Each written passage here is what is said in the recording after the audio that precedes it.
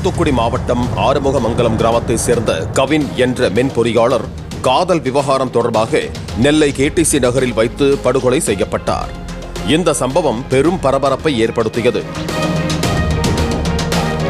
கொலையாளி சுர்ஜித் மற்றும் காவல்துறையில் பணிபுரிந்து வரும் அவரது தந்தை சரவணன் மற்றும் தாய் கிருஷ்ணகுமாரி ஆகியோர் மீதும் காவல்துறையினர் கொலை வழக்கு பதிவு செய்து விசாரணை நடத்தி வருகிறார்கள்.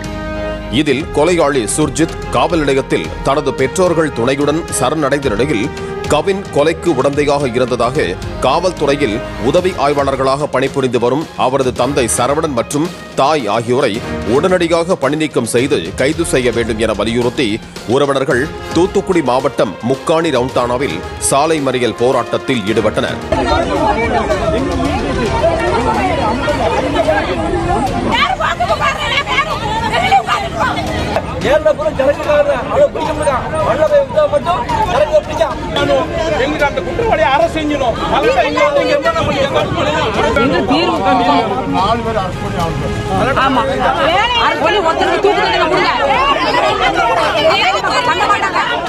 ஐடி ஊழியர் கவினின் தந்தை சந்திரசேகர் செய்தியாளர்களிடம் பேசிய போது தனது மகன் என்ஜினியரிங் படித்துவிட்டு சென்னையில் வேலை பார்த்து வந்ததாகவும் 11ஆம் வகுப்பில் இருந்தே அவர்கள் 2 பேருக்குள்ளேயும் காதல் இருந்தது என்றார்.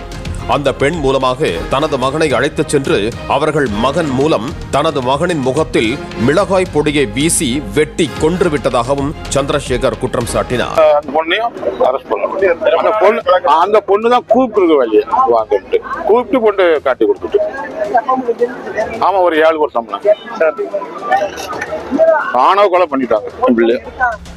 இந்த கொலைக்கு உடந்தையாக இருந்த தாய் தந்தையையும் அந்த பெண்ணையும் கொலை வழக்கில் சேர்த்து கைது செய்ய வேண்டும் என்று சந்திரசேகர் தெரிவித்தார்.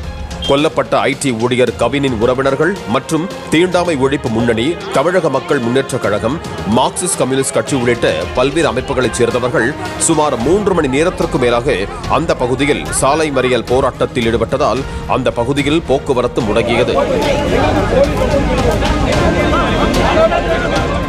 திருச்செந்தூருக்கு செல்லக்கூடிய பக்தர்களும் அங்கிருந்து சொந்த ஊருக்கு திரும்புவோரும் கடுமையாக பாதிக்கப்பட்டனர். தொடர்ந்து போராட்டத்தில் ஈடுபட்டு வருபவர்களுடன் காவல்துறையினர் மற்றும் வருவாய்த்துறை அதிகாரிகள் பேச்சுவார்த்தை நடத்தினர். ஆனால் கொலையில் தொடர்புடைய குற்றவாளிகள் அனைவரையும் கைது செய்தால் மட்டுமே தாங்கள் இந்த மறியல் போராட்டத்தை கைவிடுவோம் என வலியுறுத்தி போராட்டத்தில் ஈடுபட்டனர். அவர்களிடம் பேச்சுவார்த்தை நடத்திய போலீசார் கொலை வழக்கில் தொடர்புடையதாக வழக்கு பதிவு செய்யப்பட்டுள்ள தாய் தந்தையான 2 காவல் உதவி ஆய்வாளர்களையும் கைது செய்ய நடவடிக்கை மேற்கொள்ளப்படும் என்று உறுதியளித்ததை தொடர்ந்து சாலை மறியல் போராட்டம் முடிவுக்கு வந்தது. பிளே ஸ்டோர் மற்றும் ஆப் ஸ்டோரில் இருந்து பாலிமர் செயலியை QR கோடு மூலம் பதிவிறக்கம் செய்யுங்கள். செய்திகளை உடனுக்குடன் பெறுங்கள்.